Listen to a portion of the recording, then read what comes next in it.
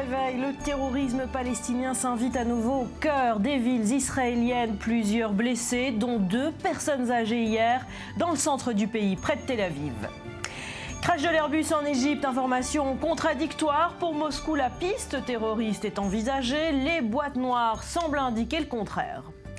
Objectif climat, François Hollande poursuit au pas de charge sa tournée chinoise. À un mois de la COP21, on s'arrête sur ce défi français.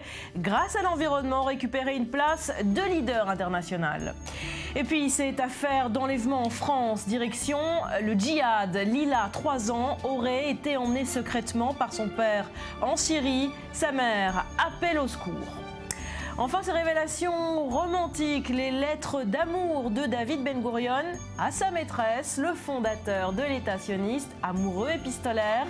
Restez avec nous, ce sera dans un peu plus d'1 heure. Voilà pour les titres. Ces attentats sont donc les premiers en dehors de Jérusalem et de Cisjordanie depuis le 22 octobre. 4 Israéliens ont été blessés hier près de Tel Aviv dans 2 attaques au couteau menées par des terroristes palestiniens.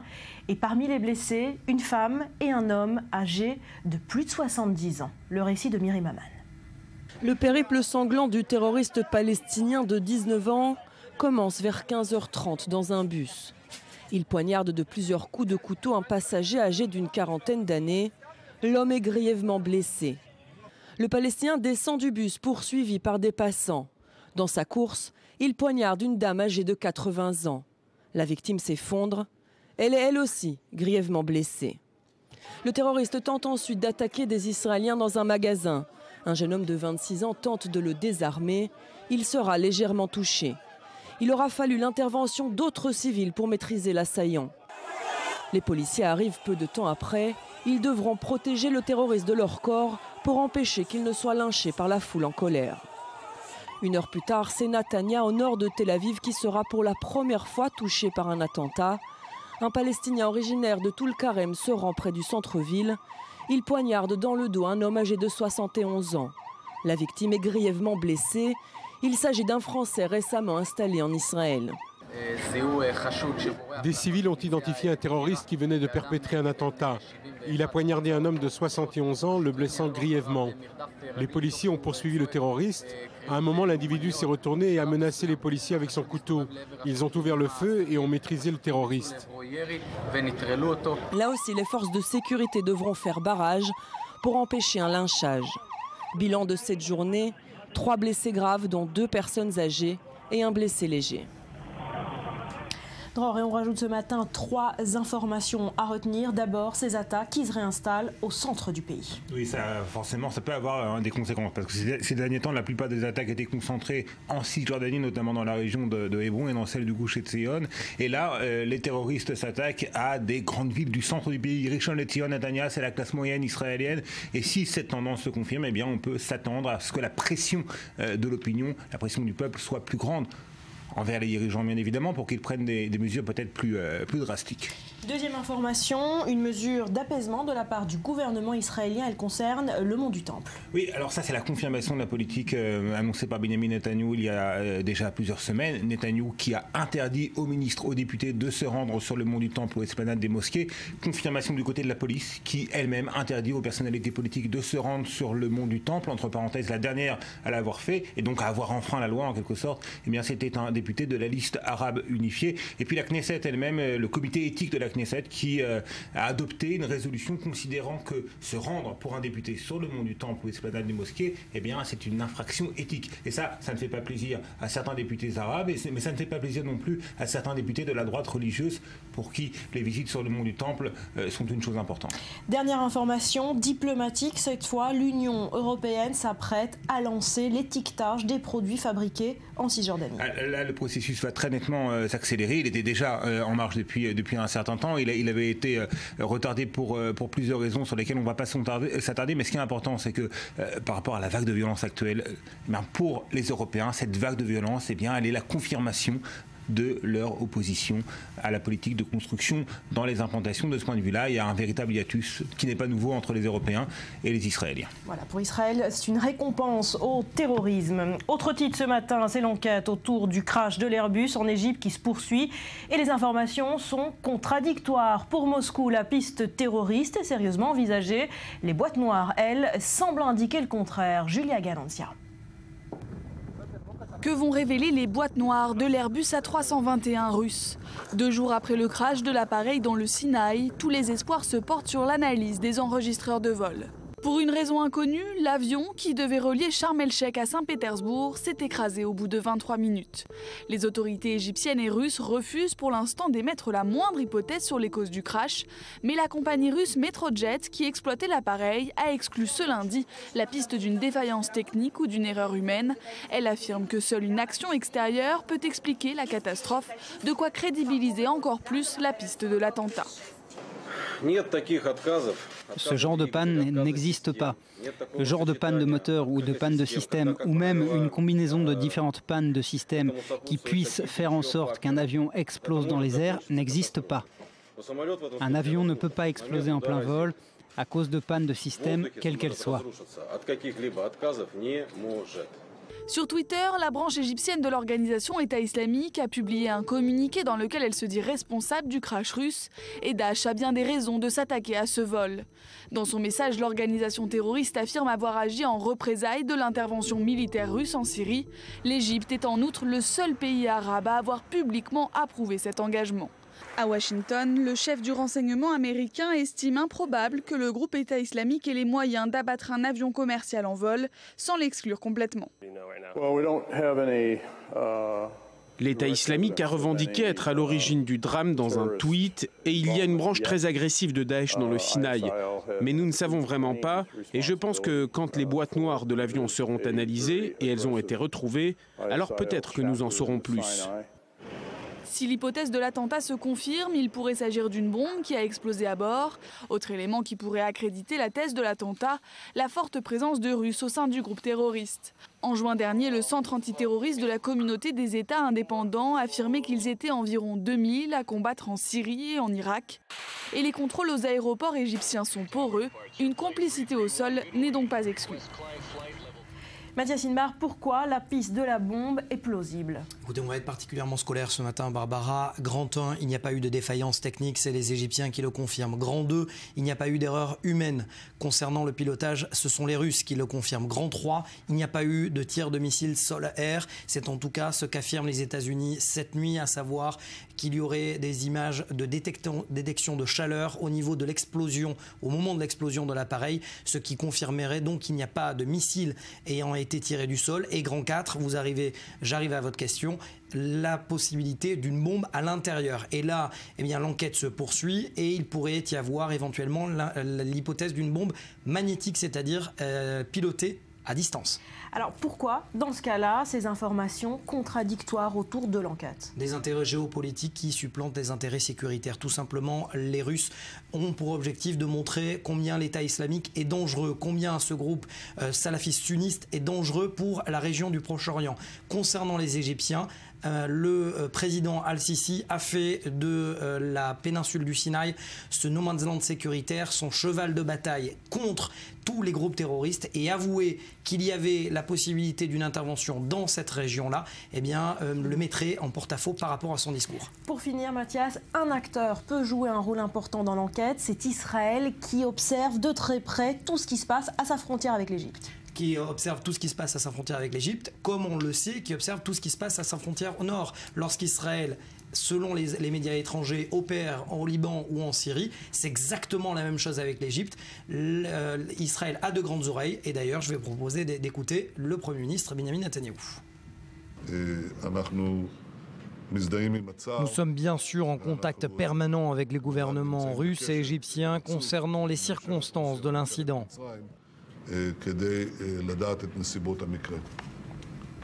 Je sais mais je ne dis rien, voici la doctrine de Benjamin Netanyahou concernant le renseignement et la collaboration des renseignements égypto-israéliens.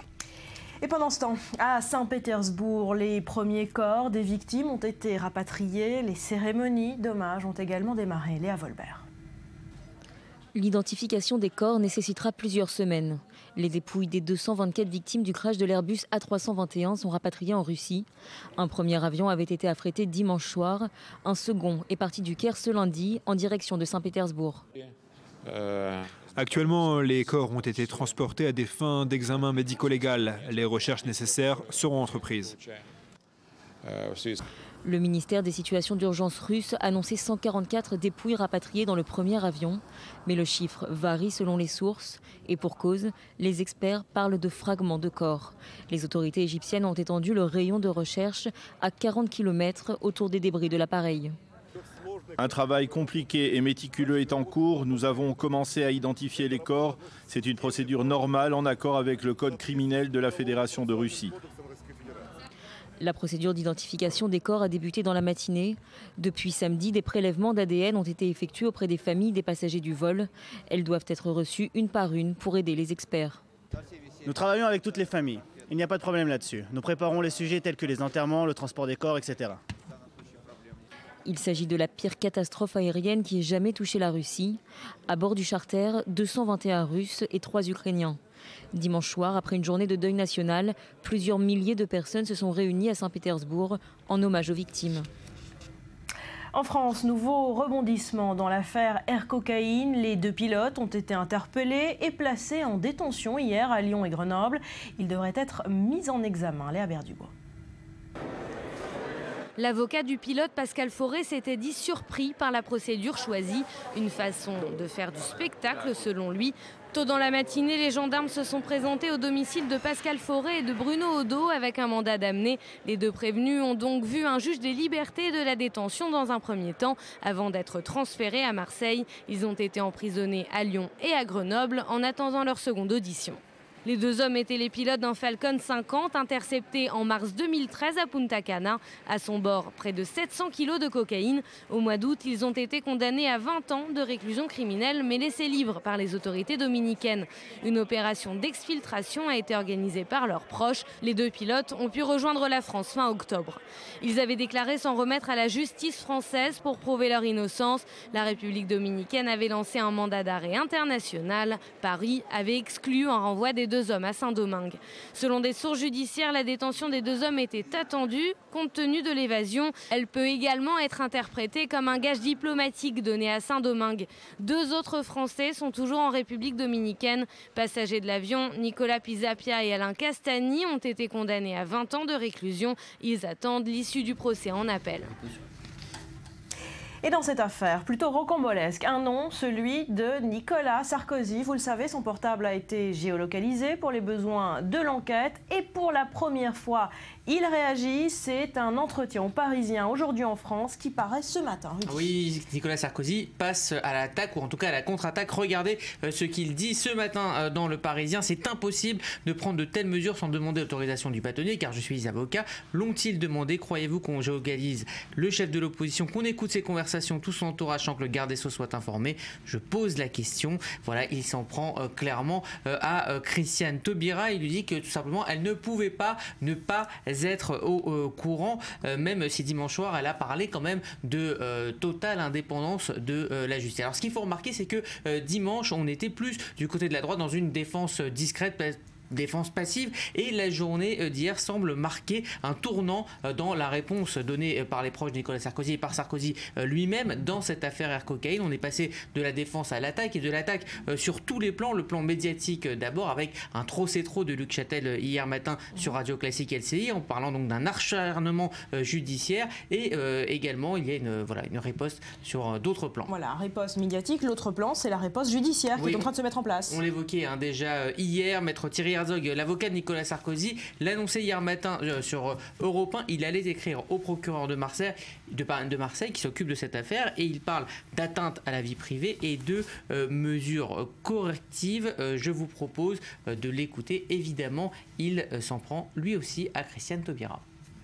Mais il y a un léger progrès, parce que j'ai le souvenir qu'il y a 2 ans, elle avait brandi des rapports qui lui étaient faits, puisque c'est une affaire sensible, et qu'elle avait indiqué que ces rapports lui avaient été cachés. Là, je crois que c'est un progrès. Les rapports lui ont été communiqués, mais elle fait état de plusieurs procédures. Donc, il faut de la clarté, il faut de la transparence, pour employer un mot à la mode. Je vais donc demander que ces rapports nous soient communiqués. Ce que Madame Taubira doit savoir, je suis en droit de pouvoir le savoir également. Voilà, tacler Christiane Taubira a deux objectifs. Premièrement, mettre en lumière d'éventuelles manœuvres de François Hollande pour pouvoir contrer Nicolas Sarkozy, en tout cas sa candidature en 2017. Et puis, deuxième chose, eh bien, tout simplement s'en prendre à une des cibles préférées de la droite, c'est-à-dire Christiane Taubira, la garde des Sceaux. Voilà, l'équipe de Sarkozy qui monte au créneau. Cette question, à présent, Lila, 3 ans et demi, a-t-elle été enlevée par son père pour partir faire le djihad? Magali Laurent craint que son ex-mari soit parti avec leur fille. Elle en appelle désormais aux plus hautes autorités de l'État pour revoir son enfant le plus vite possible. Les faits avec Océane Nicole. Je remuerai ciel et terre pour la retrouver. Ce sont les mots de détresse de cette maman de 35 ans. Cela fait une semaine que sa fille Lila, de 3 ans et demi, a disparu. Elle était partie en vacances en Tunisie avec son père. Pour la maman, aucun doute, son ex-mari est parti avec leur fille rejoindre la Syrie. Il était radicalisé, pour plusieurs raisons. C'est pour ça que je suis persuadée à 1000% qu'il est là-bas, s'il n'est pas encore parti en Syrie, en tout cas c'est son plan. Tout me laisse à penser qu'il y est déjà. Il se trouvait aux dernières nouvelles le mardi 27. À sa dernière connexion par mail, il se trouvait à 40 km de la frontière. C'est la brigade criminelle de Nanterre qui s'occupe pour l'instant de l'enquête. Mais ce vendredi, Magali a reçu un appel des plus inquiétants. Son ex-mari Yanis, franco-tunisien de 36 ans, précise qu'aucune communication ne se fera pour une durée minimum de 2 mois. Lila va bien, elle est en bonne santé. Je jure par Allah, je n'ai pas fait ça pour me venger de toi. Bien que le résultat est le même, ni pour me venger de ma fille en la privant de sa maman, ni pour me venger de mes parents en les privant de leur petite fille et leur fils. La maman de Lila appelle à l'aide pour retrouver sa fille. Elle espère que le gouvernement français prenne la situation en main. Maintenant, il faut que les moyens de l'État se mettent en mouvement. Les moyens de l'État, c'est quoi? C'est le Quai d'Orsay, c'est les affaires étrangères, bien évidemment, avec les contacts en Turquie, mais aussi peut-être en Syrie, et surtout le président de la République et le Premier ministre. Il faut que la photo de cette gamine soit diffusée partout, 3 ans et demi à 30 km de la frontière syrienne, entre les mains de son père qui manifestement s'est radicalisé. Il y a une urgence à agir, donc c'est l'État qui doit agir. La maman de Lila va déposer plainte pour enlèvement et séquestration de mineurs de 15 ans. Elle espère que le parquet antiterroriste de Paris se saisisse de l'enquête pour activer des moyens internationaux le plus rapidement possible. Myriam, que peut faire l'État français pour aider cette mère de famille? Alors davantage qu'aujourd'hui, c'est certain, puisqu'aujourd'hui c'est la brigade criminelle qui est en charge de l'enquête avec cette plainte, on l'a vu, qui n'a pu être déposée qu'au titre de plainte pour enlèvement et séquestration de mineurs de moins de 15 ans. C'est largement insuffisant lorsqu'on sait que le père a déjà non seulement franchi les frontières françaises, mais également les frontières de l'Europe et qu'il se situe aujourd'hui probablement en Syrie. Alors la France peut tout d'abord confier ce dossier au parquet antiterroriste très rapidement, ce qui lui permettra de jouer sur un réseau de relations internationales avec la police également de Turquie, de Tunisie, du Maroc pour détecter au plus tôt un éventuel retour sur une frontière proche de la Syrie et peut-être à ce moment-là tenter une opération de rapatriement en Syrie même. La France pour le moment ne peut absolument rien faire, mais c'est un cas de plus parce que ce n'est malheureusement pas le seul qui indique que la France aujourd'hui doit peut-être en faire davantage dans les mesures de prévention judiciaire. Cette mère était séparée de son mari, elle avait donné l'alerte depuis plus d'1 an pour une radicalisation et pourtant cet homme, sous prétexte d'un voyage en Tunisie, s'est envolé pour la Turquie sans être interpellé à aucun moment. Alors vous le dites, ce n'est pas la première enfant concernée. Est-ce qu'on sait ce que deviennent ces enfants une fois partis en Syrie ? Alors malheureusement, les indices que l'on a de la situation des enfants qui se retrouvent entre les mains de l'État islamique n'est certainement pas bonne. Il y a le Télégraphe, le quotidien britannique, qui publiait il y a quelques mois une enquête faisant état notamment d'un camp d'entraînement avec la présence de 200 à 300 enfants, des enfants de 4 à 18 ans, où ils étaient entraînés au maniement des bombes et des kalachnikovs. Alors il s'agit là du cas d'une petite fille, mais le sort de ces enfants, ce qui les attend au-delà de l'embrigadement idéologique de la formation de soldats, eh bien c'est le sort de kamikazes, de combattants terroristes, d'esclaves sexuels. Il faut enfin préciser qu'il y a quelques histoires qui terminent bien et qui donnent peut-être un espoir à cette mère, puisque ce cas d'enlèvement d'enfants est fréquent. Il y en a eu un il y a quelques mois à Tarbes, avec notamment une petite fille de 2 ans et une petite fille de 4 ans qui avaient été enlevées par leur père. Et la famille a été interpellée à temps au Maroc avant de s'envoler vers la Syrie. Autre cas également, c'était en septembre 2014. Mariam Rayem, 25 ans seulement, surveillante dans un lycée près de Lyon, qui donne l'alerte sur la radicalisation de son mari, qui pourra également ramener sa petite fille à ses côtés. Voilà, terrible détresse d'une mère de famille en Turquie au lendemain de sa large victoire. Le président Erdogan s'estime plus que satisfait de son succès personnel. Le président turc voulait continuer à gouverner son pays en autocrate, plus ou moins éclairé. Et il en a à nouveau les moyens. Retour sur ce coup de force avec Joseph Emmanuel. C'est une victoire éclatante, une revanche considérable. Erdogan retrouve la majorité absolue. Le quotidien Sabah parle de révolution des urnes, quand chez Taraf, on titre carrément sur une stratégie du chaos. Enfin, le quotidien d'opposition Zaman titre « Seul au gouvernement ». Car il s'agit bien de cela, le président islamo-conservateur turc va pouvoir former un gouvernement tout seul, une victoire contre tous les pronostics. Les militants kurdes sont descendus protester par dizaines après l'annonce d'une victoire qui n'est pas la leur. La province de Diyarbakir, principalement peuplée de Kurdes, est en feu. Les affrontements avec les forces de l'ordre, des pneus brûlés et même des échanges de coups de feu ont été la réponse d'une jeunesse en colère. On n'accepte pas le résultat des élections. Ils ont volé nos voix. C'est l'AKP qui nous les a volées. J'ai 33 ans et je n'ai connu que la guerre. Qu'est-ce que ce gouvernement veut de nous? Tous les jours, il y a de nouveaux cadavres. Les incidents ont débuté près du siège du parti pro-kurde HDP, l'un des principaux partis d'opposition. Avec un score national inférieur à 10%, il pourrait ne pas être représenté au Parlement. Il y avait fait pourtant une entrée triomphale en juin dernier, une possibilité inimaginable pour la grande majorité des Kurdes de Turquie. Et certains n'hésitent pas à parler de guerre si ce score n'augmentait pas. Dans un climat de tension, marqué autant par le conflit kurde que par la menace djihadiste venue de Syrie, Recep Erdogan et son Premier ministre Davutoglu se sont posés en seul garant de l'unité et de la sécurité du pays. Et même si leur slogan, l'AKP ou le chaos, reflète le thème principal de cette élection, le chaos pourrait s'installer dans la province kurde de Turquie.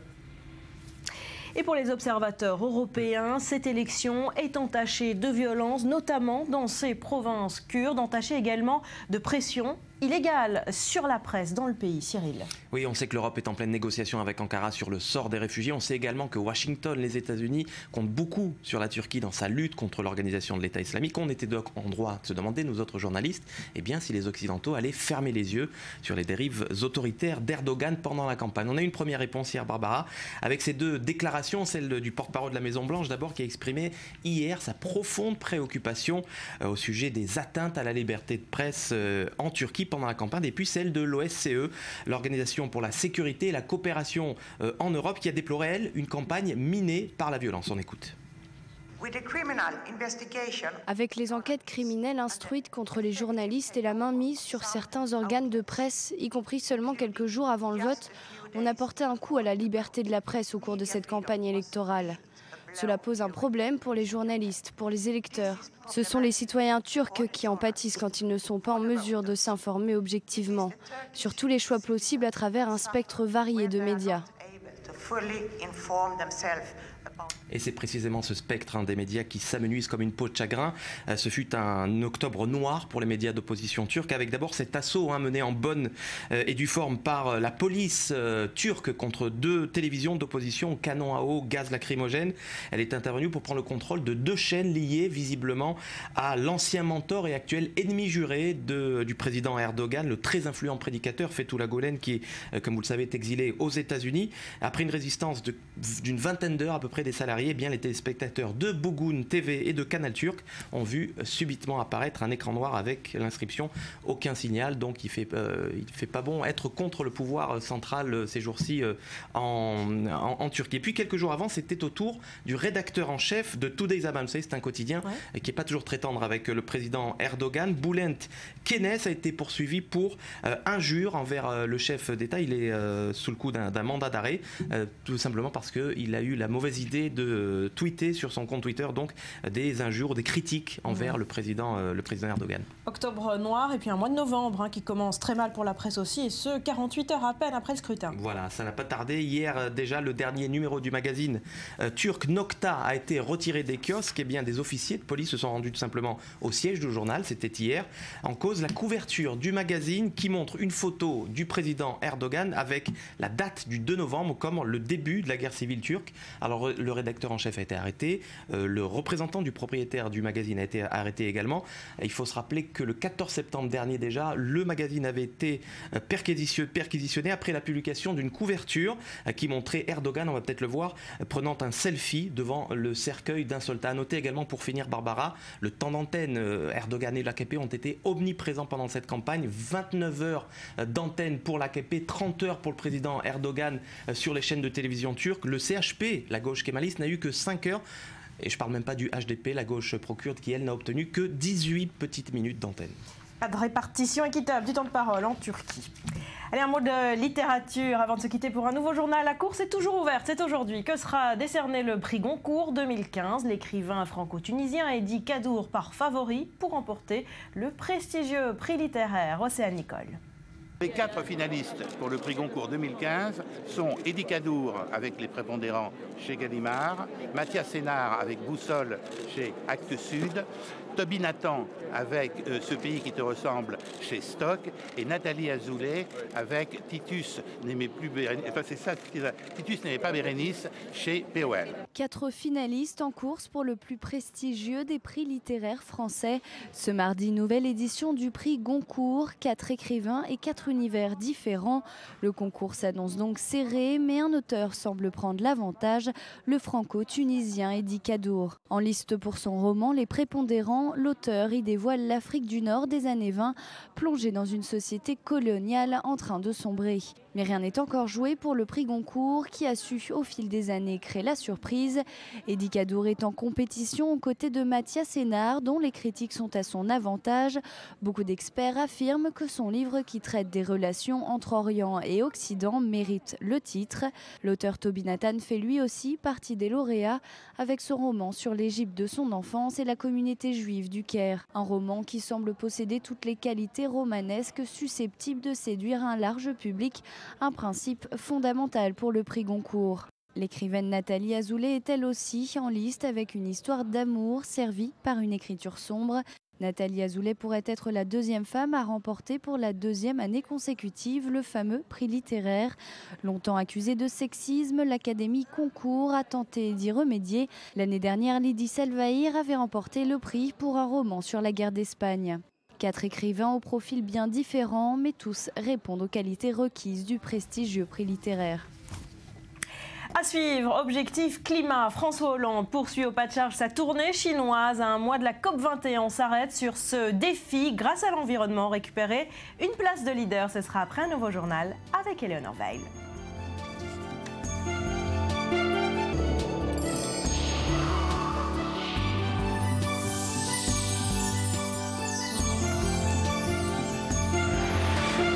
On est de retour sur le plateau du Morning. On poursuit avec cette info. Le scandale Volkswagen s'est amplifié hier aux États-Unis. Les autorités accusent le groupe allemand d'avoir également truqué ses modèles diesel haut de gamme. On parle de Porsche et de Audi, des modèles munis de logiciels truqueurs faussant les tests anti-pollution. Le milliard pour Ryanair. La compagnie aérienne irlandaise a le sourire. Elle a dégagé plus d'1 milliard d'euros de bénéfices au premier semestre. La méthode, profiter de la faiblesse du prix du baril pour se couvrir pour les années 2016 et 2017. Anthony Lesme. 1 milliard d'euros, c'est le bénéfice de Ryanair pour le premier semestre de son année fiscale.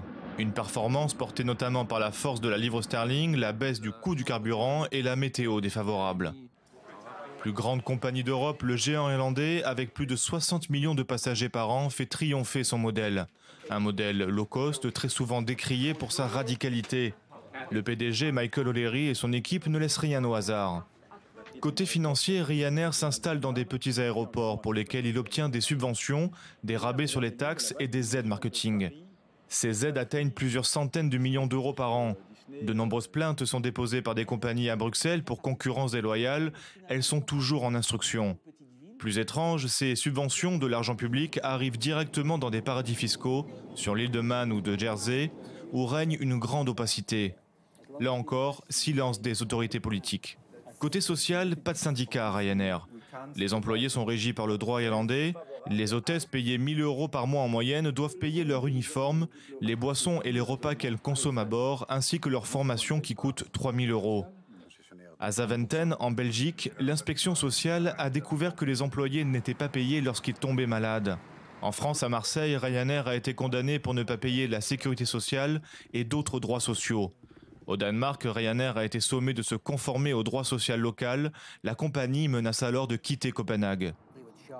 Dans le ciel européen, Ryanair fait la loi et profite de la moindre faille légale pour asseoir sa domination.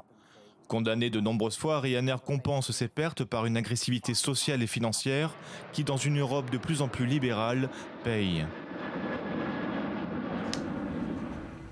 Objectif climat. François Hollande poursuit au pas de charge sa tournée chinoise. À un mois de la COP21, il veut convaincre l'un des pays les plus pollueurs du monde de faire plus d'efforts et il semble y parvenir.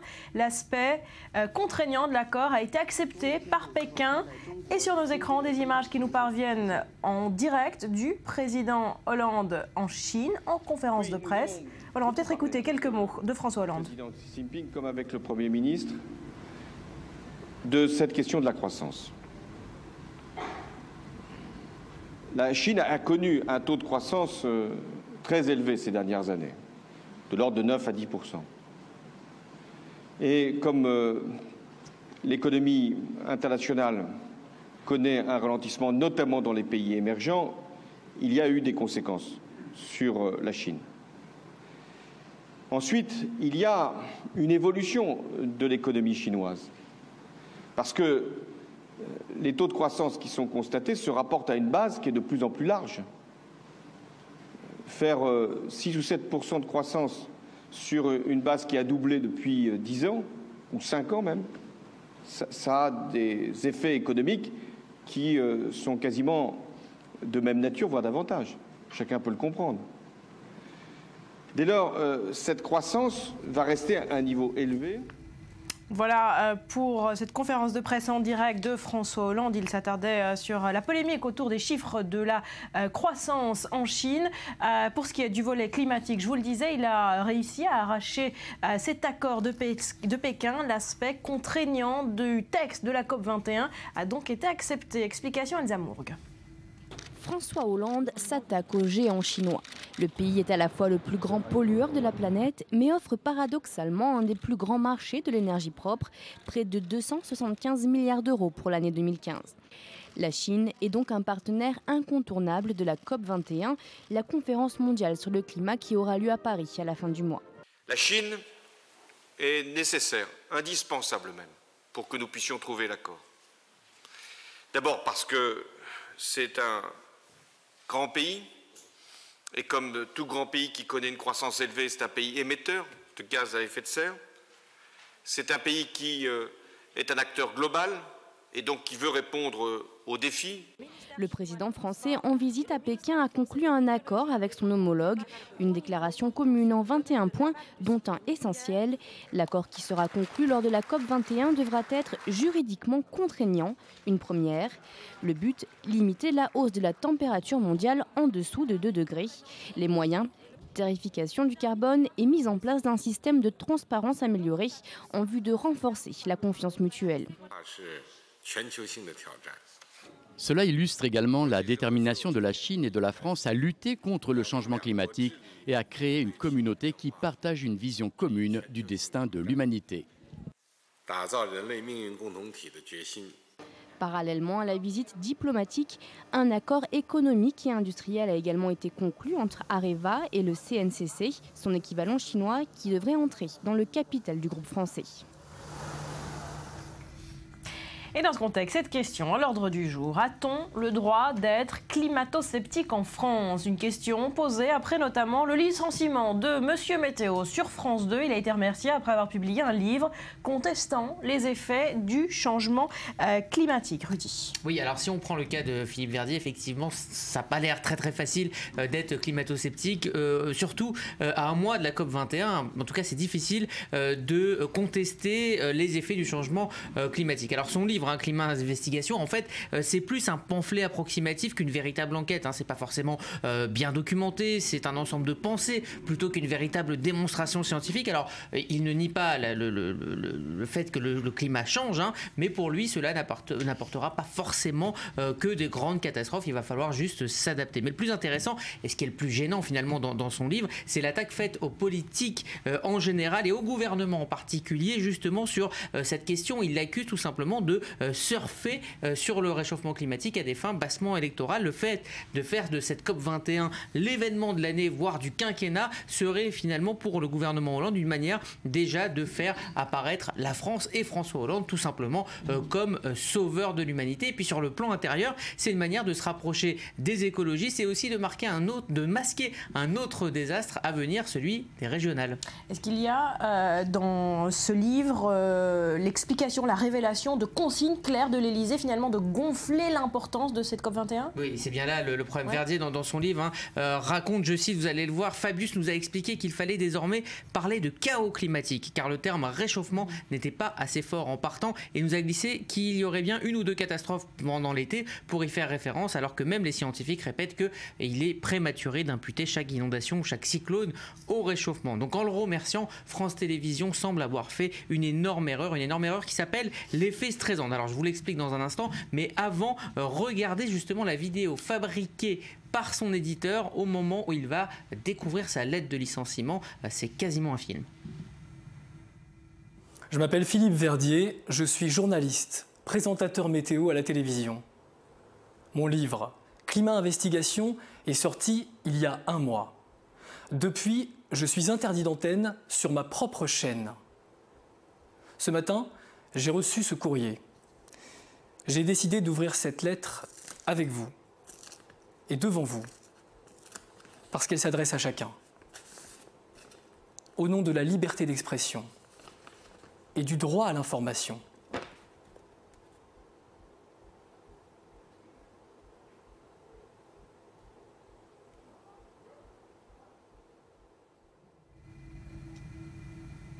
Voilà, alors l'effet stressant, vous en mourrez d'envie de savoir ce que c'est. Alors c'est Daniel Schneiderman qui nous en parle dans l'IB hier, c'est cette loi d'Internet qui finalement démultiplie instantanément l'impact de tout message que l'on tente de censurer. Et on voit justement dans la mise en scène de cette vidéo, Philippe Verdier pourra désormais se poser en grand martyr du climato-sceptisme en voulant donc finalement museler cette parole dissidente. Le gouvernement et France 2 n'a fait que la crédibiliser alors que ce n'était pas forcément gagné d'avance. Évidemment, tout le monde va courir acheter ce livre, ça semble logique. Alors autour de la question du climat, est-ce qu'il y a une volonté de la France de s'assurer une place de leader sur la scène internationale, d'entrer dans l'histoire? Oui, alors c'est évident, et puis surtout, ça correspond à une tendance de fin de mandat, fin du mandat Hollande, mai 2017, fin du mandat Obama, janvier 2017. Alors c'est pas un hasard si les deux dirigeants qui vont présenter un bilan plus que mitigé se démènent comme jamais sur le plan diplomatique pour réduire donc l'effet du réchauffement climatique. Hollande en s'engageant sur cette COP21 et on l'a vu avec ce voyage en Chine, et Obama avec son plan américain pour une énergie propre, American Clean Power Plan. C'est une prise de conscience salutaire, mais c'est une prise de conscience extrêmement calculée. Et politique.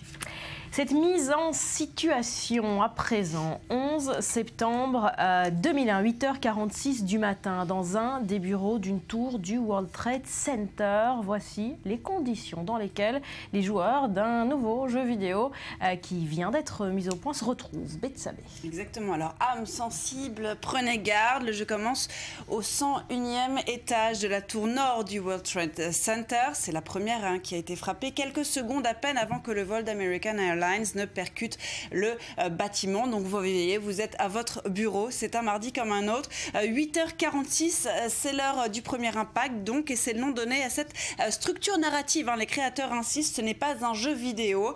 Après ce premier impact, eh bien, qu'est-ce qui se passe? Les 3 cages d'escalier, on le sait, ont été pulvérisées, sont hors d'usage. Donc vous vous retrouvez à chercher désespérément un moyen de vous échapper, de vous en sortir. Mais une structure narrative, ça veut dire aussi que ce jeu n'offre pas beaucoup d'options d'interactivité. Donc dans les couloirs, vous pouvez aller plus ou moins vite, vous faites un peu ce que vous voulez, mais finalement, le seul vrai choix qui va s'offrir à vous, c'est une fois que vous arrivez dans cette dernière pièce, eh bien, de sauter ou de rester alors que la fumée se propage, que vous commencez à suffoquer, qu'un collègue, lui, a décidé de se jeter par la fenêtre. Il refuse de mourir brûlé, dit-il. Il sait que les secours, voilà, on le voit qui sautent, ne vont pas arriver. Et devant vous, le spectacle de l'impact dont a été victime la Tour Sud. Dans cette version que vous voyez, eh bien, le joueur décide de sauter. Regardez.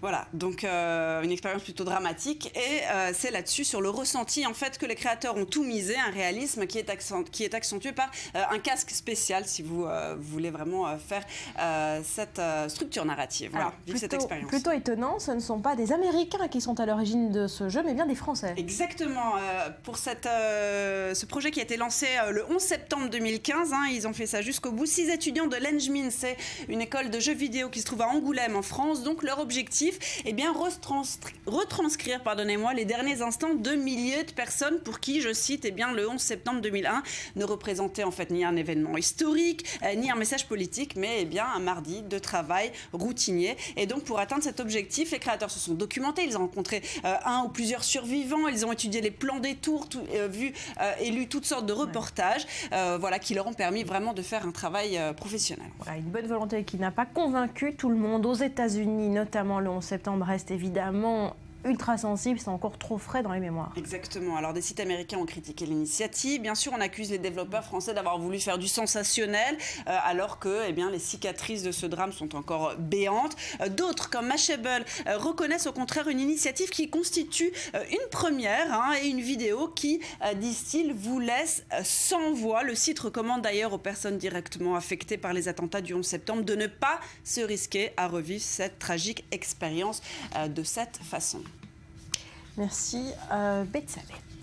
Et avant de se quitter pour un nouveau journal, ces images rares, un troupeau de 10 baleines s'est échoué hier sur la plage de Calais. 7 de ces mammifères ont succombé alors qu'une femelle et 2 baleineaux ont pu reprendre la mer avec la marée haute, apparemment sans encombre. Elsa Mourgue.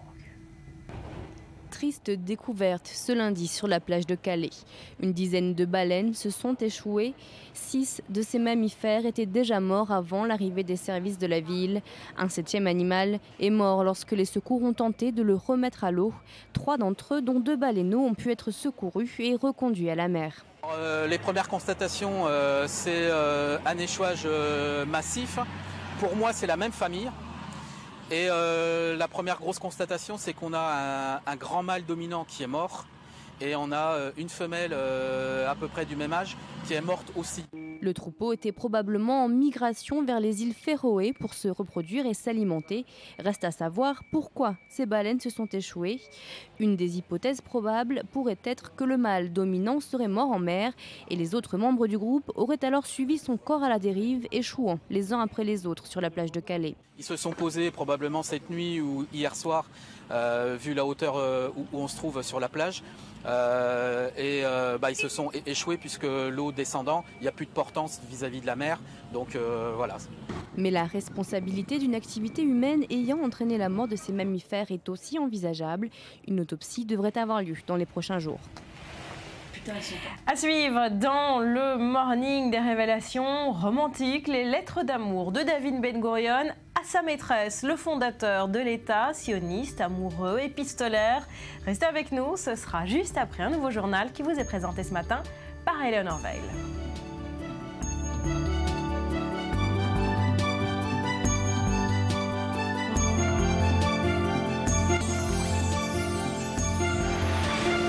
Merci d'être avec nous sur le plateau du Morning alors que l'intifada des couteaux se poursuit toujours en Israël. 4 nouveaux blessés dans le centre du pays hier. Eh bien, on s'arrête ce matin sur cette notion de shahid. Direction tout d'abord Ramallah. Là-bas, les terroristes sont élevés au rang de héros nationaux. Leurs familles récoltent les honneurs et beaucoup d'argent. Maël Benoliel. Dans quelques jours, cette rue de Cisjordanie portera un nouveau nom. Celui de Mouhanad Chalabi. Nous sommes le 3 octobre dernier dans la vieille ville de Jérusalem et il est environ 19h quand Mouhanad Chalabi poignarde à mort 2 civils israéliens et en blesse 4 autres. Ce dernier est abattu dans la foulée par les forces de sécurité israéliennes. Cette attaque est l'une des plus meurtrières qu'Israël ait connues depuis le début de la dernière vague de violence. Un acte terroriste condamné par le gouvernement israélien et la communauté internationale, mais pas pour l'autorité palestinienne. Attribuer à cette rue le nom de l'assaillant, c'est l'idée de cet homme, l'adjoint au maire de Sourda Aboukash, un village frontalier de la ville de Ramallah. Donc ça c'est Mouhanad? Oui, c'est la photo de Mouhanad Chalabi. Quel âge avait-il? Il avait 19 ans. Assez jeune pour mourir quand même. Oui, trop jeune. Il vivait ici, dans cette rue. Et donc cette rue va devenir sa rue? Oui, tout à fait. Et les gens qui vivent ici sont contents de ça? Oui, les gens sont très heureux. Les Israéliens considèrent cela comme du terrorisme. Nous pensons l'inverse. C'est un acte héroïque, naturel pour nous et légitime. Au 40e jour de sa mort, nous allons organiser une cérémonie. On va même lui construire une stèle. Tout le quartier sera là. Une distinction parmi d'autres pour celui qui a assassiné 2 civils. Cet étudiant en droit s'est aussi vu délivrer un diplôme à titre posthume par l'association du barreau palestinien pour son acte considéré comme héroïque. Une association basée à Ramallah qui dépend de l'autorité palestinienne, financée également par l'Union européenne et l'ONU. Nous nous sommes rendus sur place en caméra cachée. Ici, le sujet est sensible.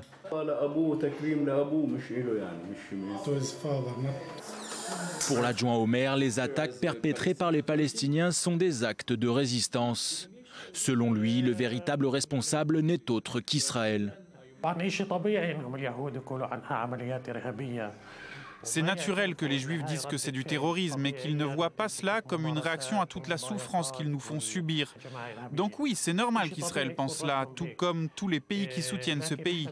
Mais moi, je vous promets une chose, c'est que toute cette violence s'arrêtera dès qu'Israël mettra fin à son occupation. Yazid fait à peine ses 18 ans. Il connaissait bien Mouhanad pour avoir vécu dans le même quartier que lui. C'est une fierté pour tout le monde arabe et pour moi c'est un héros et j'espère qu'il sera considéré comme un martyr par Dieu. Si c'est la volonté de Dieu, bien sûr que je suis prêt à être un martyr. J'espère même que ce sera le cas. C'est bien que quelque chose rappelle son nom. Ça perpétue sa mémoire et ça permet aux gens de ne pas oublier son acte. Mouhanad Shafiq El Chalabi ne va pas être le seul à être honoré ces prochains jours. Comme lui, ils vont être plusieurs à voir leur nom de famille remplacer des noms de rues ou d'immeubles dans toute la Cisjordanie. Le tout, bien sûr, avec la bénédiction de l'autorité palestinienne. Voilà, et la vénération des martyrs ne s'arrête pas là. Mathias, elle atteint des sommets. En ce moment, vous nous rapportez des images plutôt surréalistes de terroristes mariés à titre posthume. À titre posthume, à titre de mariage par contumace, en clair. Barbara, vous allez voir ces images, elles sont complètement surréalistes. Elles nous viennent de la ville de Hébron et on va l'entendre. Celui-ci est le père de Jaradat. C'est un terroriste qui a commis un attentat la semaine dernière et il va véritablement, il est en train de demander la main de la fille de ce monsieur-là qu'il est en train d'embrasser, qui a commis un attentat la semaine dernière. C'est un mariage par contumace avec la bénédiction, vous allez le voir, beaucoup de drapeaux du Fatah, de Mahmoud Abbas et donc la bénédiction de l'autorité palestinienne. Ça se passe devant les policiers, vous le voyez en arrière-champ, de l'autorité palestinienne. Qui sont ces terroristes? Eh bien, Jaradat, vous allez le voir, la semaine dernière, c'est un homme qui a quasiment blessé grièvement et qui a quasiment pris la vie d'un soldat qui est resté dans le coma pendant 4 jours. Voici ces images, ça se passe à Beit Hanoun, à côté de la ville de Hébron. Et Charid, c'est une fille qui a poignardé un soldat au barrage du Hassam Choter dans la ville de Hébron, dans la vieille ville. Vous allez le voir, Charid, elle a été abattue. Les deux ont été abattus par les forces de sécurité. La voici, ça se passe dans la vieille ville de Jérusalem. Et ce que vous avez entendu, donc, mariés par leurs parents alors qu'ils ne sont plus là. Ils ne sont plus là du tout. Et d'ailleurs, qu'ils vont recevoir une somme versée par l'autorité palestinienne parce qu'ils sont désormais mariés. Alors, la glorification des shahids, des martyrs, Mathias, c'est aussi l'un des credos officiels à Ramallah, notamment dans la bouche de Mahmoud Abbas régulièrement. Il avait été déclaré ange de la paix par le pape Mahmoud Abbas, et on va le voir sur ces images. Mahmoud Abbas tient 2 discours, l'un en anglais, l'autre en arabe, un peu comme son prédécesseur Yasser Arafat. Voilà ce qu'il déclare il y a 1 mois à peine, Mahmoud Abbas. Nous bénissons chaque goutte de sang qui a été répandue pour Jérusalem, un sang propre et pur, le sang versé pour Allah. Allah le veut. Chaque martyr, chaque shahid atteindra le paradis et tout le monde sera récompensé par Allah. Et si vous pensez que cela n'appartient qu'à Mahmoud Abbas, la glorification des shahid est aussi le credo du chef du Fatah de Jérusalem qui, cette nuit, sur les ondes de la télévision nationale palestinienne, voilà ce qu'il déclare. Il n'y a pas de mots à ajouter, écoutez-le. Nous avons repoussé la plupart des opérations des colons, fils de singes et de cochons autour de la porte de Damas. 10 secondes. Voilà, Mathias, pour finir, des images sur les jeunes générations qui récupèrent ce discours. Oui, ça se passe à Jérusalem, à 100 mètres du commissariat central de Jérusalem. Et ça se passe dans un quartier palestinien de Jérusalem de Sheikh Jarrah. Ces jeunes filles-là sont dans une école privée et elle dit concrètement, nous compléterons ce que vous avez fait. Elle parle aux shahid, elle parle des Palestiniens, des terroristes palestiniens, les considère comme des shahid et non comme des terroristes. Et elle dit, nous compléterons ce que vous avez fait jusqu'à ce que nous libérions la terre de Jérusalem et d'Israël. Voilà pour ce dossier des martyrs, des shahid palestiniens. On s'arrête à présent sur une série documentaire qui fait énormément de bruit en ce moment en Israël. Son sujet, les dérives économiques dans le pays, ça s'appelle Dror, le plateau d'argent. Le plateau d'argent, c'est une série que l'on doit à Doron et Tsabari. Alors, il s'agit de 3 films d'1 heure chacun, et chacun est consacré à un expert qui tente d'expliquer ce qu'il considère être les dysfonctionnements de l'économie israélienne. Alors, il y a des différences d'approche entre chacun de ces 3 experts. Le journaliste Guy Rolnick, l'ancien haut fonctionnaire des finances Yaron Zelicha et le professeur Danny Goodwine. Donc, différence d'approche, mais un point commun. Ces dysfonctionnements de l'économie profitent, tous les 3 le disent, à un petit nombre d'Israéliens, une petite classe de privilégiés, mais la plupart des Israéliens en pâtissent. On va voir tout de suite un premier extrait, c'est le journaliste économique Guy Rolnick. בעצם מה שאנחנו רואים כאן הוא שיש לנו מועדון של 10-20 איש, מועדון קטן מאוד ששולט ברוב האשראי במשק, ששולט בלאן הכסף הולך. האנשים האלה שולטים בכלכלת ישראל באמצעות מאות מיליארדי שקלים של הציבור. כמו שמישהו אמר לפני 100 שנה, לשלוט בעם באמצעות כספו של העם. Voilà, donc Guy Rolnick qui s'adresse à un public d'élèves, d'étudiants. Dans chacun des 3 films, c'est la même chose, c'est la même structure, et le tout est agencé de schémas et également d'interviews avec des opposants à cette ligne, mais qui sont en général filmés d'une manière qui donne toute la crédibilité aux 3 experts en question. Alors, la série documentaire, ces 3 volets, sont en train de rencontrer un succès presque inédit dans le pays. Ça fait le buzz, comme on dit. C'est le cas sur les réseaux sociaux, sur YouTube. Dans le pays, on ne parle que de ça. Comment expliquer ce phénomène ? Bon, déjà, c'est très bien réalisé. Ces 3 experts ont une capacité de pédagogie et de vulgarisation d'un domaine qui est en général compliqué. La plupart des gens, lorsqu'on leur parle d'économie, ils s'y intéressent avec réticence parce que c'est considéré comme un domaine d'experts. Et là, ces 3 experts, justement, font un vrai travail de vulgarisation pour que ce soit intelligible pour le plus grand nombre. Il y a donc ces 3 experts qui prennent la parole, mais il y a également des petits dessins animés qui permettent à tout un chacun de mieux comprendre. On va voir un extrait tout de suite. בעשור האחרון, יותר מ-80 רגולטורים בכירים חצו את הקווים. תמורת שכר הולם, הם עובדים היום בשירותם של בעלי ההון ובחברות הענקיות שעליהן פיקחו מטעם המדינה. מי שומר על השומרים? שאלה טובה. Voilà, là un exemple, on comprend donc mieux comment, d'après les films en tout cas, des hauts fonctionnaires chargés de la régularisation et de la surveillance des sociétés et des grandes fortunes, eh bien, après un passage dans le service public, sont embauchés par les mêmes sociétés qu'ils étaient censés contrôler. C'est très clair. Et puis pourquoi ça marche? Ça marche parce que les Israéliens ont soif de connaissances dans ce domaine. On l'a vu il y a quelques années lorsqu'ils étaient plusieurs dizaines de milliers à descendre dans les rues. Voilà, dans un contexte de fronde sociale qu'a connu le pays ces dernières années. Cela dit, la série ne fait pas l'unanimité. Non, bien évidemment, parce qu'elle est très engagée. Le dernier épisode, et c'est peut-être pas un hasard, il est consacré à Danny Gutwein. Danny Gutwein, c'est un peu le gourou de la gauche socialiste en Israël. Il considère que l'État-providence a été démantelé. Et là, dans l'extrait qu'on va voir, eh bien, il affirme que l'avènement des partis sectoriels, notamment des partis religieux, et l'augmentation du nombre d'Israéliens dans les implantations a accompagné et a renforcé, a été créé en fait par le démantèlement de l'État-providence israélien. C'est très politique, c'est très politisé. On écoute Gutwein. המשמעות הפוליטית היא שהמפלגות המגזריות מתחילות להיות בעלות עניין בפירוק מדינת הרווחה, משום שללא פירוק מדינת הרווחה אין בהן צורך. ובמובן זה הן הופכות להיות שותפות של הימין במדיניות ההפרטה. איך מעבירים 400,000 איש לגור בשטחים? מציעים להם תנאים שהם אפילו לא יכולים לחלום עליהם בתוך הקו הירוק. כל מה שהופרט וקוצץ בקו הירוק ניתן בנדיבות ובשפע בהתנחלויות. Voilà, c'est très clair, c'est très politique, ça ne peut pas plaire à tout le monde bien évidemment, mais Doron Saberi, l'auteur du film, est tout à fait limpide dans ses intentions. Il l'a dit dans ses interviews, il veut que les gens redescendent dans la rue. Il considère que ce genre de film va susciter une prise de conscience et qu'on aura à nouveau, comme en 2011, mais peut-être avec une plus grande ampleur, un mouvement de contestation sociale. La couleur est annoncée et d'après certains détracteurs, elle est rouge vif. Voilà. Engagement politique assumé pour le coup.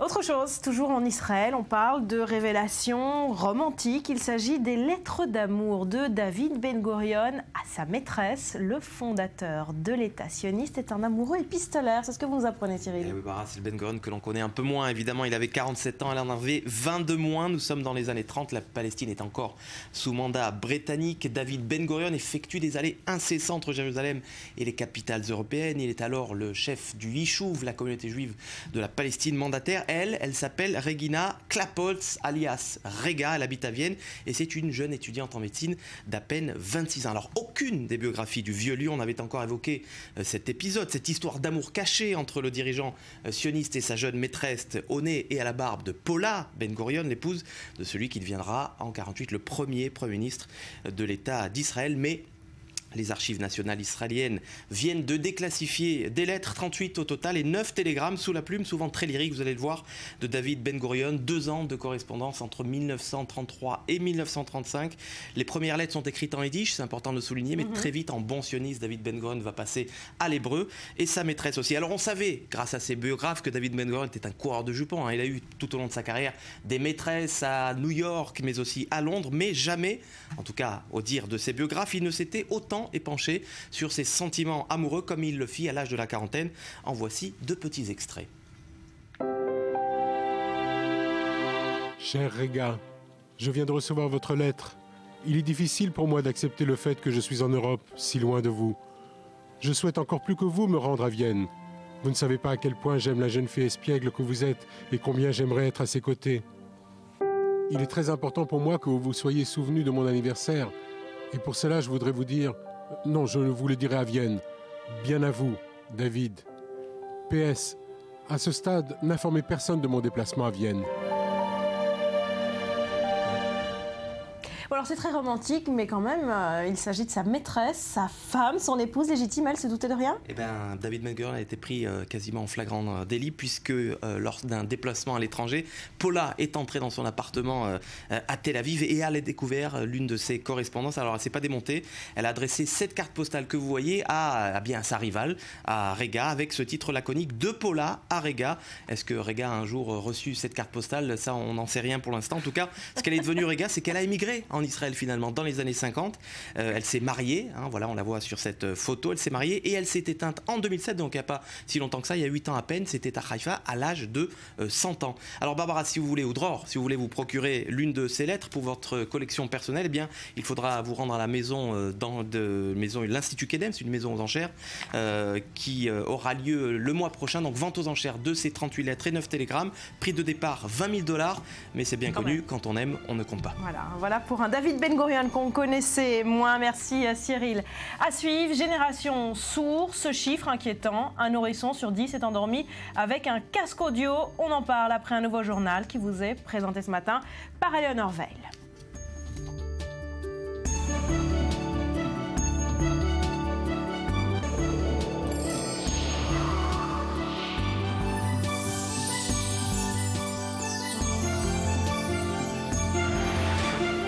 On est de retour sur le plateau du Morning. Génération Sourd, c'est un chiffre qui est inquiétant.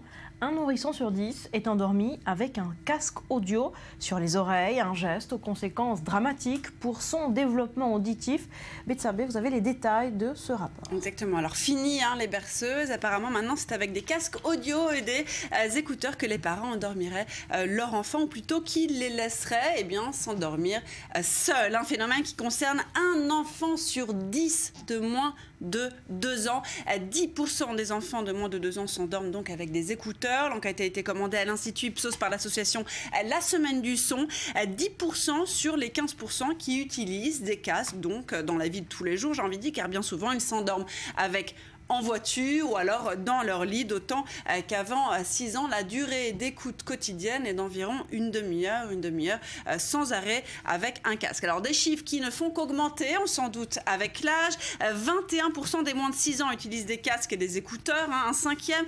74%, les 3/4 des enfants entre 7 et 12 ans utilisent des écouteurs, des casques. 95% des adolescents. Voilà, des chiffres qui font froid dans le dos et des conclusions consternantes pour les pédiatres. Bien sûr, puisque plus un enfant est jeune, moins il est capable en plus de juger si le son est peut-être trop fort pour lui. Or, pour entendre une musique ou une vidéo dans un endroit brillant, comme le son la voiture, et encore on ne parle pas de l'avion, on va avoir tendance à augmenter le son à des niveaux qui sont non seulement dangereux pour nous, mais beaucoup plus dangereux pour de jeunes oreilles. Résultat, on parle de futurs sourds à 30 ans avec un vieillissement prématuré et irréversible de l'oreille interne, de stimulation auditive excessive, sans compter l'excitation avant le sommeil, bien sûr. D'abord, cette musique, ça vous assourdit, ça vous endort, mais en même temps, ça vous excite. Bref, avant 8 ans, c'est franchement déraisonnable.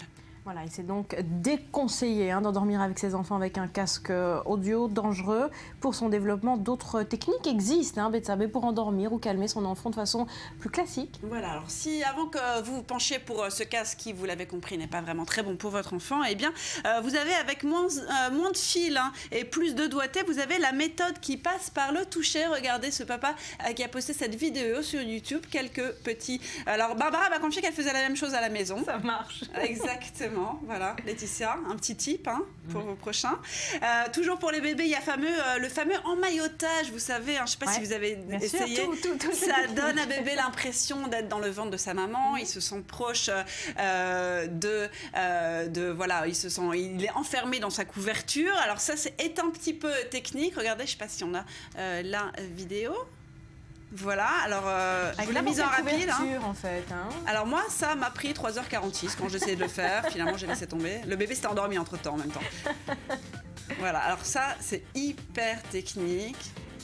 Vous pouvez retrouver cette vidéo en podcast si vous voulez. Il y a en YouTube, vous cherchez emmailloter bébé. Puis alors, pour les plus grands qui vont difficilement se laisser emprisonner dans un lange, hein, comme celui-ci, il y a la chanson. Vous pouvez même varier le style en fonction de votre humeur. Le soir, Barbara, vous avez la chanson soft à la guitare, si vous avez une guitare à la maison, comme ça, par exemple, si papa a envie. In de Blüchen vlaai de lucht.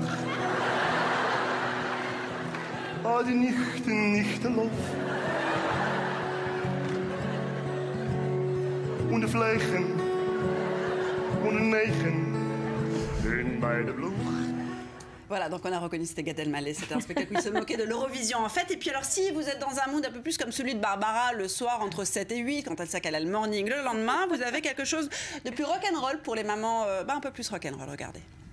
Oui, oui, oui, oui, oui, oui, oui, oui, oui, oui, oui, oui, oui, oui, oui.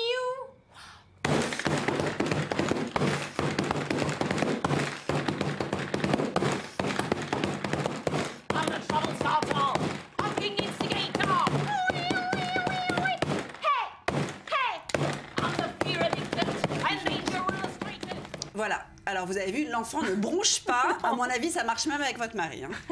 On va essayer dès ce soir, merci Betsabe. Gideon Agaza, on s'arrête ce matin sur ce photographe. Il est israélien, d'origine éthiopienne et photographie les siens vus de l'intérieur. Son portrait par les équipes du Culture Mag. L'opération Moïse, l'opération Salomon, le départ de la communauté juive éthiopienne Beta Israël, leur arrivée et intégration dans la société israélienne. D'innombrables photographes et cinéastes ont documenté toutes ces étapes, mais personne n'avait, jusqu'alors, photographié ou filmé la communauté éthiopienne des Beta Israël de l'intérieur. Né en Israël, Gideon Agaza est un des premiers photographes éthiopiens à choisir de travailler sur sa propre communauté.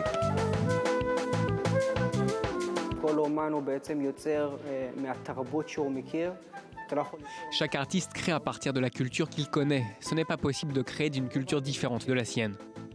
La plupart de mes travaux à Betzalel concernaient ma communauté. C'est très important que le monde appréhende ma communauté depuis mon prisme. À Rishon LeZion, Gideon Agaza expose en ce moment son travail dédié au festival de Sigd. Spécifique au Beta Israël, cette fête juive de la prostration symbolise le don de la Torah sur le mont Sinaï.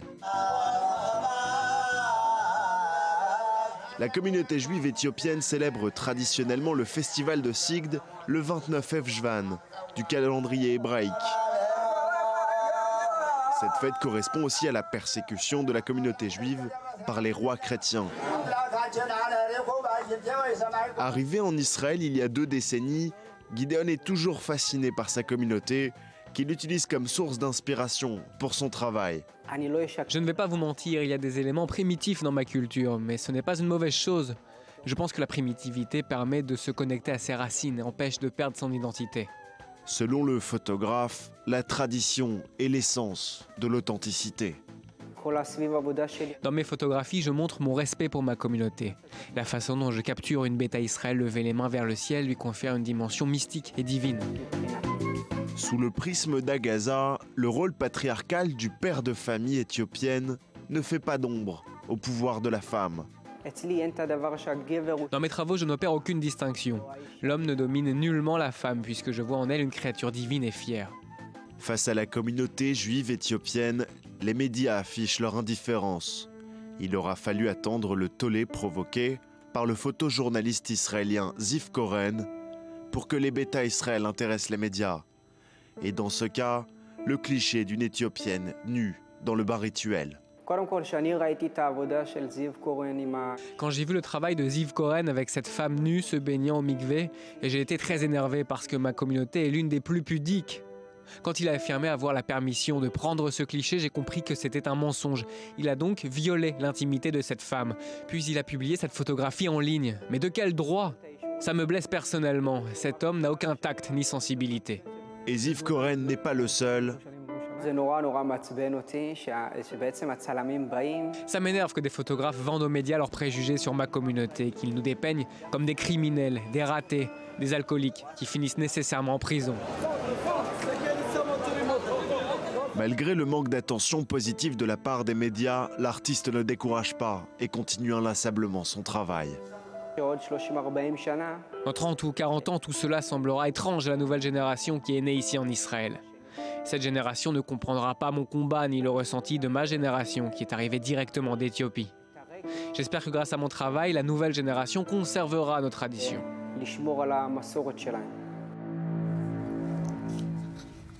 Allez, on parle cinéma et d'un thème difficile à traiter. Il s'agit de la fin de vie. Il y a 10 ans, un très beau roman racontait l'histoire d'une femme qui, à l'âge de 92 ans, allait choisir sa mort en préparant son entourage. Ce roman a été adapté au cinéma. Ça s'appelle La dernière leçon de Pascal Posidou. Laetitia, ça sort ce mercredi en salle. Tout à fait. Voilà. C'est un roman qui avait été écrit par Noël Châtelet il y a 10 ans. Et en fait, ça relate l'histoire vraie de Mireille Jospin, qui est la maman de l'ancien Premier ministre et qui avait décidé de mettre un terme à sa vie. Alors le film a comme interprète dans le rôle de Mireille Jospin, qui est quand même pas, on l'avoue pas que c'est Mireille Jospin, c'est un personnage fictif. C'est Marthe Villalonga, il y a aussi Sandrine Bonner ou encore Antoine Duléry. Donc c'est un thème très difficile, comme vous l'avez dit, à aborder au cinéma, mais cette fois-ci on a essayé de le traiter avec une touche d'humour. Regardez la bande-annonce.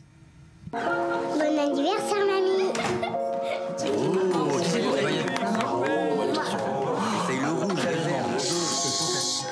Et maman qui veut faire un discours.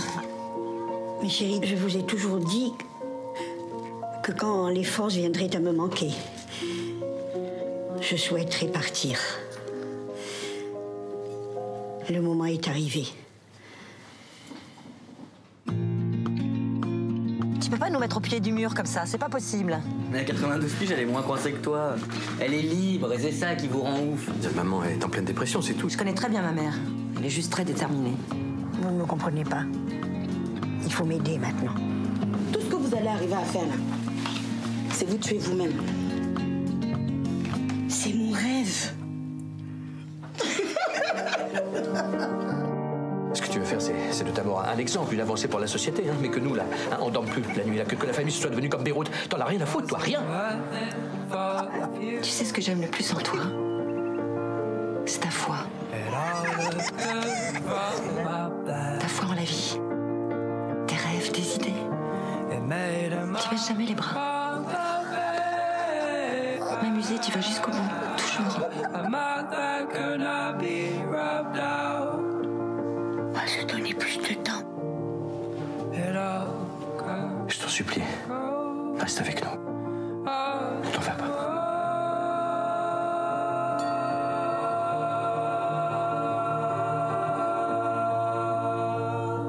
Tu me tiens bien?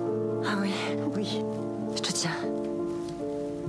Voilà, un dilemme difficile, on le voit, pour les proches notamment. C'est un thème qui a déjà été abordé au cinéma plusieurs fois, l'euthanasie. Qui a déjà été abordé. C'est toujours assez compliqué, c'est toujours tout en nuances. Il semblerait néanmoins que ces dernières années, on assiste à une espèce d'offensive militante du cinéma en faveur de l'euthanasie. Comme je disais, donc c'est tout en nuances selon les cinéastes. Alors certains vont choisir de l'aborder avec humour, comme on a pu le voir, mais en tout cas, c'est toujours avec beaucoup d'émotion. C'est toujours une ode aussi à la vie et aussi beaucoup d'amour. L'amour, d'ailleurs, Michael Haneke, c'est le terme qu'il a utilisé pour appeler ce geste que certaines autres personnes appellent le meurtre. Amour, c'était en 2012, ça remportait la Palme d'Or au Festival de Cannes. C'était un film qui était sans artifice, choisissant l'ultra-réalisme sans jamais enjoliver le tragique. Le choix de Michael Haneke, qui était délibérément pour permettre à son audience, aux spectateurs, de s'interroger sur la question et sur la dévotion dans une société dans laquelle la maladie et la vieillesse sont, il faut le dire, complètement évacuées. Michael Haneke, Amour, en 2012, c'était ça, en regardant l'image. Il y a quelqu'un?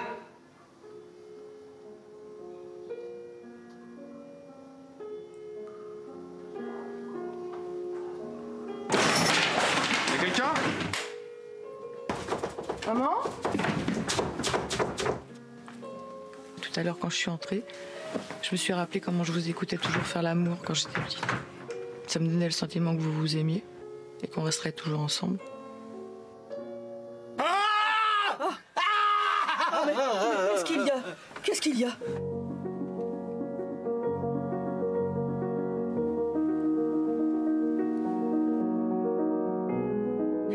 It's not okay. Qu'est-ce qui se passe? Tu ne vas quand même pas malmener ton image sur tes vieux jours.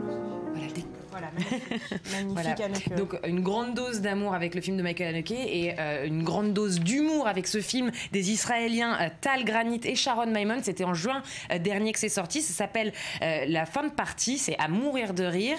Ça parle de l'euthanasie dans une maison de retraite où des locataires de cette maison de retraite ont inventé une machine à euthanasier qui fait un véritable carton. Regardez. אלוהים, אף אחד לא מאמין שאתה מתקשר אליי. גם בעלך בגן עדן. הוא מוסר לך דש. בעלי? אני רווקה? מה שלומך, מקס? נראה יותר טוב היום. על מה את מדברת? תעזור לי לקבור איפסי. זה מחמיא לי מאוד שפנית אליי. כבר הרדמתי מהחומר הזה הרבה כלבים. אתה מתכוון להרדים את בעלי עם חומר הרדמה לכלבים? בעלך? הוא מפעיל את השעון. החומרים שלך משתחררים באופן אוטומטי. אתה לא רוצה להגיד לי מה אתה בונה הפעם? אני בונה מכשיר להמתת חסד. מכשיר להמתת חסד, הלב. חבורה של רוצחים, זה מה שאתם. אולי כדאי שנחזור בלילה. ככה אנחנו לא מושכים תשומת לב. Voilà, donc qu'on soit pour ou contre l'euthanasie, il y a tout un tas de films qui nous permettent, en tout cas, de nous poser la question. Voilà, et de l'aborder de plusieurs façons. C'est la fin de cette édition. Merci à vous d'avoir été avec nous. Tout de suite, un nouveau point complet sur l'information. Je vous souhaite de passer une très belle journée. Je vous dis à demain. Portez-vous bien.